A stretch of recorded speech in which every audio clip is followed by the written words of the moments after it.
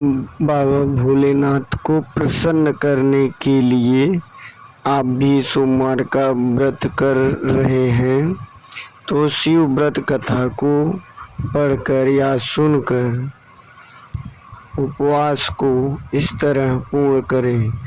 बाबा भोलेनाथ को प्रसन्न करने के लिए आप भी सोच रहे हैं तो इस कथा को अच्छी प्रकार से समझ लें।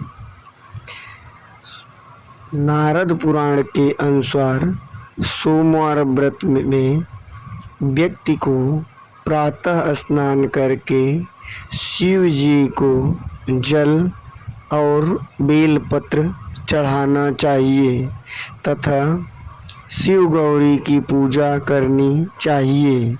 शिव पूजन के बाद सोमवार व्रत कथा सुननी चाहिए। इसके बाद केवल एक समय ही भोजन करना चाहिए। साधारण रूप से सोमवार का व्रत दिन के तीसरे पहर तक होता है, मतलब शाम तक रखा जाता है। सोमवार व्रत 3 प्रकार का होता है। प्रति सोमवार व्रत, सौम्य प्रदोष व्रत और 16 सोमवार का व्रत। इन सभी व्रतों के लिए एक ही विधि होती है। एक समय की बात है, किसी नगर में एक साहूकार रहता था। उसके घर में धन की कोई कमी नहीं थी, लेकिन उसकी कोई संतान नहीं थी।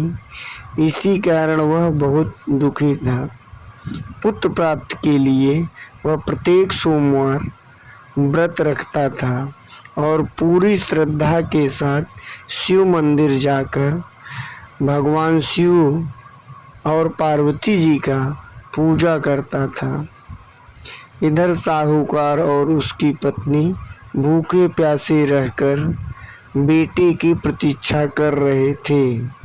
उन्होंने प्रण कर रखा था कि यदि उन्हें अपने बेटे की मृत्यु का समाचार मिला तो वह भी प्राण त्याग देंगे, परंतु अपने बेटे के जीवित होने का समाचार पाकर वह बेहद प्रसन्न हुए। उसी रात भगवान शिव ने व्यापारी के स्वप्न में आकर कहा, हे सृष्टि, मैंने तेरे सोमवार के व्रत करने और व्रत कथा सुनने से प्रसन्न होकर तेरे पुत्र को लंबी आयु प्रदान की है। इसी प्रकार जो कोई सोमवार व्रत करता है या सुनता है और पढ़ता है, उसके सभी दुख दूर होते हैं और समस्त मनोकामनाएं पूर्ण होती हैं। जय शिव शंकर।